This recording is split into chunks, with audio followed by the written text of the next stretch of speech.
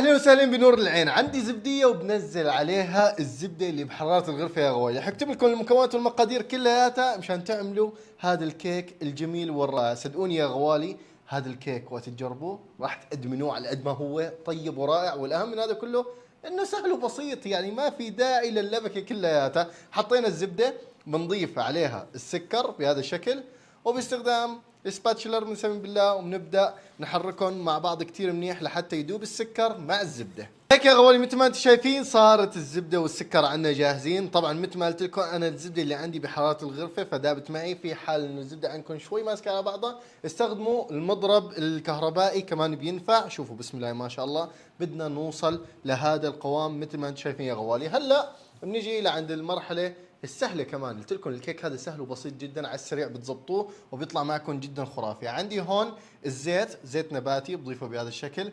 عندي البيكنج باودر بضيفه عليهم بهذا الشكل. كمان عندي هون بيضتين يا غوالي بهذا الشكل شايفين، ولا ابسط من هيك. شويه صغيره من الفانيلا، هي مو مشان شيء، مشان صحتك يا غالي. هيك شوي صغيره تقريبا معلقه صغيره بيكون مناسب، بدكم تكتروها شوي بيرجع على حسب الرغبه. عندي هون لبن زبادي. اللبن هون بيعطيكم طراوه جدا خرافيه، فينصح اضافته. اذا مو موجود اللبن الزبادي بامكانكم استخدام الساور كريم، والساور كريم هو الاساس بهي الوصفه، لكن انا استبدلته باللبن زبادي لانه بيعطينا نفس النتيجه، وبيعطي هيك حموضه خفيفه جميله جدا مع الحلاوه اللي موجوده، رح تعطينا نتيجه فعلا خرافيه. عندي هون الحليب بهذا الشكل مشان نخفف القوام. وهلا برد بحرك كتير منيح كل هي المكونات مع بعض، واخر شيء بضيف الطحين. مثل ما انتم شايفين الخليط صار عندي جاهز وجميل جدا. هلا صار الوقت مشان نسمي بالله ونضيف عليه هون الطحين. الطحين متعدد الاستعمالات، لكن النقطة هون شو؟ الطحين بدنا نقعد نقلبه تقليب بهذا الشكل لحتى يختفي عنا. بس اختفى عنا الطحين معناته الكيك صار عنا جاهز، ما في داعي نحرك زيادة. تحريك الطحين زيادة رح يخلي الجلوتين يتفاعل عنه، والجلوتين ما بنخليه يتفاعل بالكيك الا في بعض المراحل من الخبز، لكن بهي المرحلة الكيك لازم ما يتحرك الجلوتين تبع الطحين بالمرة. بهذا الشكل بنحرك. شوفوا يا عيني بسم الله ما شاء الله ريحته جميلة جدا، لأنه مليان زبدة يا غوالي. والزبدة يفضل أنكم تستخدموها زبدة حيواني مشان تحصلوا على نتيجة جدا خرافية. مثل ما انتم شايفين هيك الخليط صار عندنا تقريبا جاهز. هلأ باقي خطوة أخيرة، شو هي؟ اللي هي الشوكولاته. لازم ندعم حالنا بشويه شوكولاته من جوا بهذا الشكل. طبعا انا حاط هون نوعين شوكولاته، اللي هي الدارك شوكليت والميلك شوكليت. هدول بيعطوا مزيج رائع من النكهات، فبترجع على حسب الرغبه يا غوالي. بهذا الشكل بنحركهم لحتى يتوزعوا عنا الشوكولاته كتير منيح مثل ما انتم شايفين. وبهيك الخليط صار عنا جاهز، وهذا القوام اللي لازم نوصل له يا غوالي. هلا بنسمي بالله بنجيب قالب الكيك وجواته ورق الزبده، وبننزل الخليط اللي عنا جواته بهذا الشكل مثل ما انتم شايفين.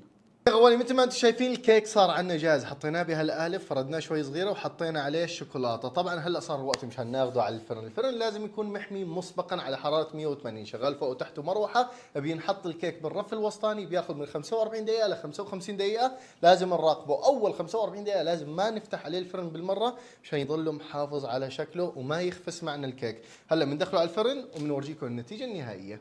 يا غوالي هلا صار الوقت مشان نحطه بالفرن. مثل ما انتم شايفين طبعا الكيك بينحط بوسط الفرن تماما بهذا الشكل. هلا بنغطي عليه وما عاد نفتح عليه بتاتا، وبهيك ان شاء الله بيصير عندنا جاهز بعد 45 دقيقه باذن الله تعالى. انتم شايفين الكيك صار عندنا جاهز. طبعا انا غمقته شوي صغيره بالفرن. ليش؟ لان مثل ما انتم شايفين فيه كميه سكر. هذا السكر بس يتكرمل مع الزبده بيعطينا هي النتيجه الجميله والرائعه. هلا بنسمي بالله وبنقص بهذا الشكل. شوفوا بسم الله ما شاء الله. بدي افتح عليه هيك، شوفوا لي على هالمنظر. يا عيني يا عيني الله.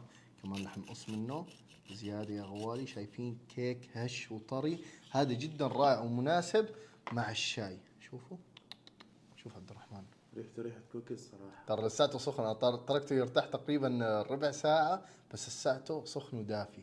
شوفوا منظره ما شاء الله تبارك الله. هلا بس نقسمه هيك. شوفوا يا عيني عبد الرحمن.